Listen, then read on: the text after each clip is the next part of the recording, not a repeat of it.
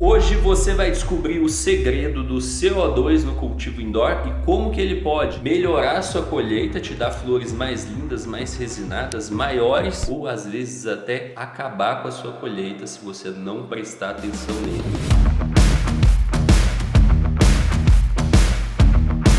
Para você que ainda não me conhece, meu nome é Jean Silva, eu sou fundador aqui da Plantando Bem. E se você deseja ficar livre do prensado, ter as suas flores lindas e resinadas com segurança plantando, esse é o canal certo para você. Uhul! E hoje eu vou compartilhar com você sobre esse fator invisível que é o CO2, que às vezes as pessoas nem prestam atenção, mas que pode te render uma boa colheita ou às vezes até fazer você perder a sua colheita se você não tiver a quantidade de CO2 adequada. Primeira pergunta que pode surgir é a seguinte: ô Jean, é possível ter a colheita sem prestar atenção no CO2? Sim, até é possível, porque o CO2 ele já está presente aqui no ar.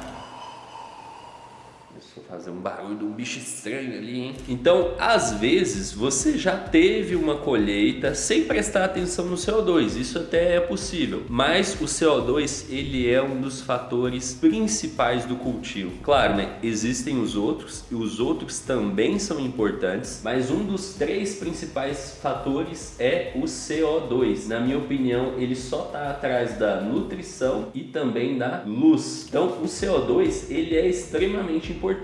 Muita gente consegue ter a colheita sem prestar atenção nele porque ele já está presente aqui no nosso ambiente. E eu vou te dar um exemplo aqui, um exemplo para ficar bem claro. Imagina a gente, ser humano, a gente consegue ficar 40 dias sem comer e não morre. A gente consegue ficar alguns dias sem beber água, se não me engano, pouco menos de uma semana sem beber água, mas a gente não consegue ficar 20 minutos sem respirar, ou seja, sem fazer trocas gasosas. A planta, o CO2 é a troca gasosa dela, é a respiração dela. Então, por essa analogia, você já pode ver que o CO2, sim, ele é extremamente importante. E como que você faz para dar o CO2 para a planta? Bom, essa é a boa notícia. Para dar o CO2 para a planta, na maioria das vezes você não precisa de nenhum equipamento adicional. Por quê? Porque aqui no ambiente já tem CO2 e tem CO2 em excesso. Uma das lutas do ser humano é tentar diminuir a emissão de CO2. Então já tem CO2 aqui presente. Você não precisa colocar mais CO2 nas suas plantas. Você só precisa fazer o quê? Fazer a circulação de ar. Porque a planta, ela consome o CO2. É como se ela estivesse respirando mesmo. Então ela vai absorver o CO2 e vai liberar o quê? Oxigênio.